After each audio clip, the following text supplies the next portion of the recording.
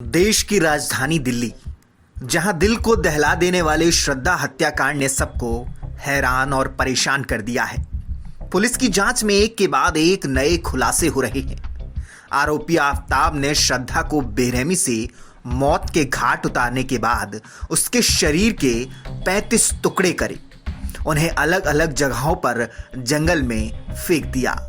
महरौली थाने की पुलिस ने करीब 6 महीने पहले हुई हत्या के मामले को सुलझाते हुए आफताब अमीन पूनावाला को गिरफ्तार कर लिया है।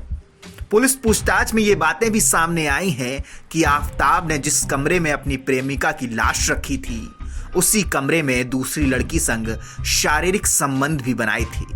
लेकिन देश ने इससे पहले भी इस तरह के हैवानियत की कई घटनाएं देखी हैं, जिन्हें सुलझाने में पुलिस के पसीने छूट गए।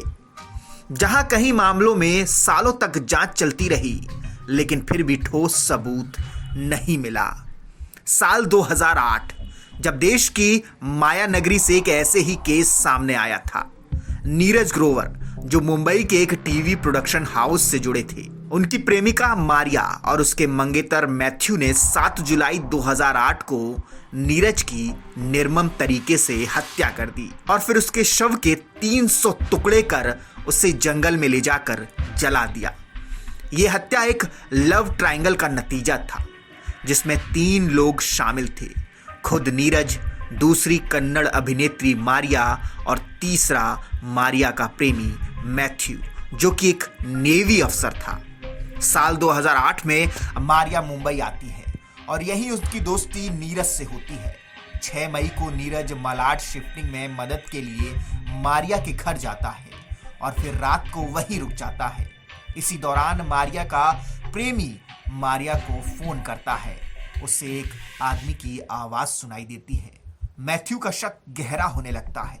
तब शक करने पर मारिया उसे नीरज ग्रोवर का सच बताती है। मैथ्यू फोन पर ही मारिया को घर भेजने के लिए कहता है, लेकिन मारिया नजरअंदाज कर देती है। मैथ्यू गुस्से के मारे पागल हो जाता है। वो कोची से मुंबई की फ्लाइट पकड़ता है और मारिया के घर जा पहुंचता है।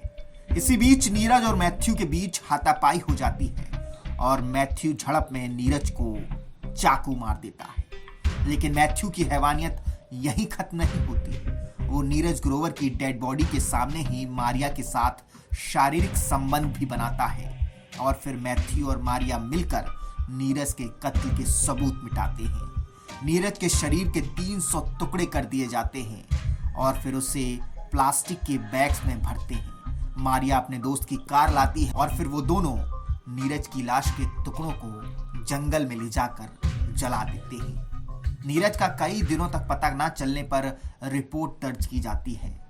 कुछ दिनों बाद मारिया नीरज का फोन पुलिस को सौंपती है और कोर्ट में केस चलता है। पूछताछ में मारिया पुलिस को बताती है कि नीरज करीब 1:30 बजे तक ही उसके घर पर था। तमाम कहानियां बनाने के बाद पुलिस आखिरकार मारिया से सच उगलवा ही लेती है। बाद में वो कबूलती है कि नीरज पूरी रात उसके घर पर ही था।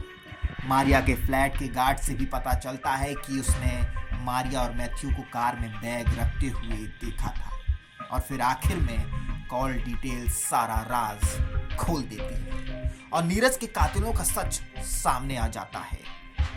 सेशन कोर्ट 11 जुलाई 2011 को मैथ्यू को हत्या और सबूत मिटाने के आरोप में 13 साल की सजा देती है, जबकि मारिया को 3 साल की सजा सुनाई जाती है। लेकिन ट्रायल कोर्ट में 3 साल बीत चुके थे। इसके बाद उसे रिहा कर दिया जाता है। बता दें, फॉरेंसिक टीम ने कार और घर से सबूत जुटाने के अलावा जंगल से छानबीन के दौरान हड्डियां और दांत हासिल किए थे। फिर डीएनए को परिजनों से मैच कराया गया, जिसके चलते ये केस अंतिम प्रक्रिया तक पहुंच पाया।